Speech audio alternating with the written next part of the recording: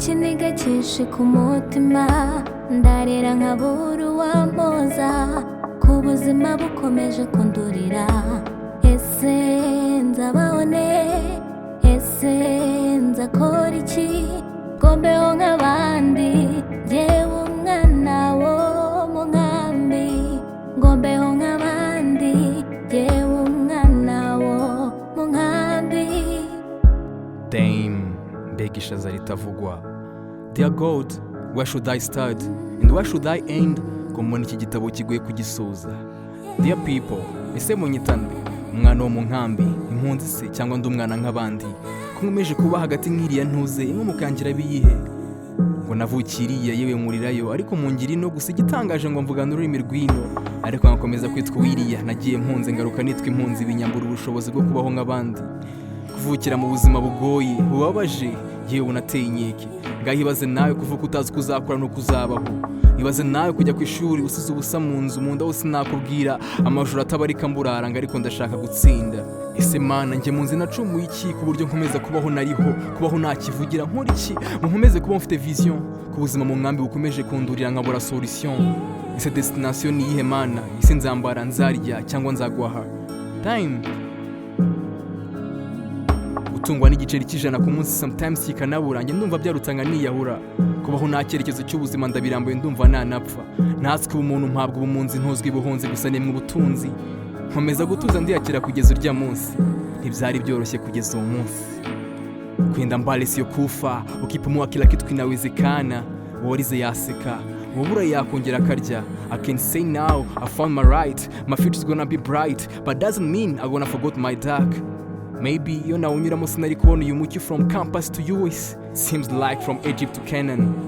Iminsi igenda nawe urahenda byari inkuru ndende kumva ko nzagenda ndi muri bya bihe niziri ku mukanda ndeba ntareba ngenda nimbeho mu nda ibukuru ko numva mutanyumva neza ahandi ndeza ngo mwe nkabaheza sinzi ngo nageze ino ndiyibagiza ahandi ndatuje ndeba ibindi basimvuga byinshi gusa wanyumva ndeba anyways sinkwambariye ubutugu ngo nkwereke ibyiza uzamenya ibyino numara kuza mbyina umutaho kandi mbatashya ubuzima bwo mu nkambi n'induru no gutaka imvura y'ubuzima izuba ryinshi nta n'umutaka komere cyane izuba ryanyu rizaka ayera muzayanywa imbyeyi yanyirahaka. That's me, Doris the poet. ikiniga cyishe ku mutima ndarira nkabura uwampoza ku buzima bukomeje kundurira ese nzabaho ne ese nzakora iki ngo mbeho nk'abandi yewe umwana wo mu nkambi ngo mbeho nk'abandi yewe umwana wo mu nkambi. Hey son, I am 18 below the horizon.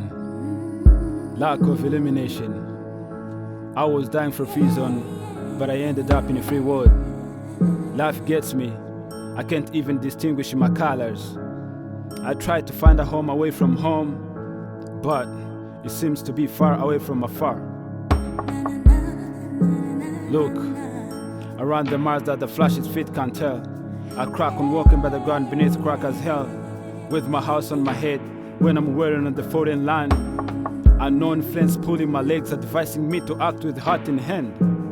My home scared my sight and chased me out.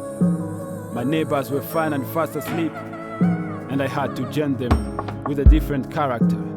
So here's the piece yelling for help. They laughed at my language's phonetics. They found fault with my artist's aesthetics, but I never tempted revenge, cause what I need is peace, not a fight. And what happened to me is just misfortune, but the refuge seems to be as far as Neptune.